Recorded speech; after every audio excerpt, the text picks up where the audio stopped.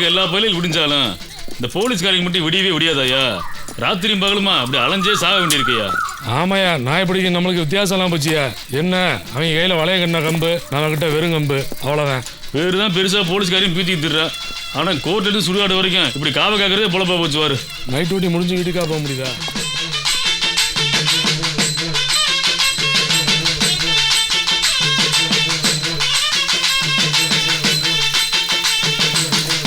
என்ன ராணிமா வளைச்சு ப்ரோக்ராம் போய்கிட்டு தெரியுது? ஆமாங்க சார், நாளைக்கு பூசாரி போட்டியில ப்ரோக்ராம் இருக்குல்ல, அதுக்கு தான் கம்போசன் பாத்துக்கிருக்கோம். பாருங்க பாருங்க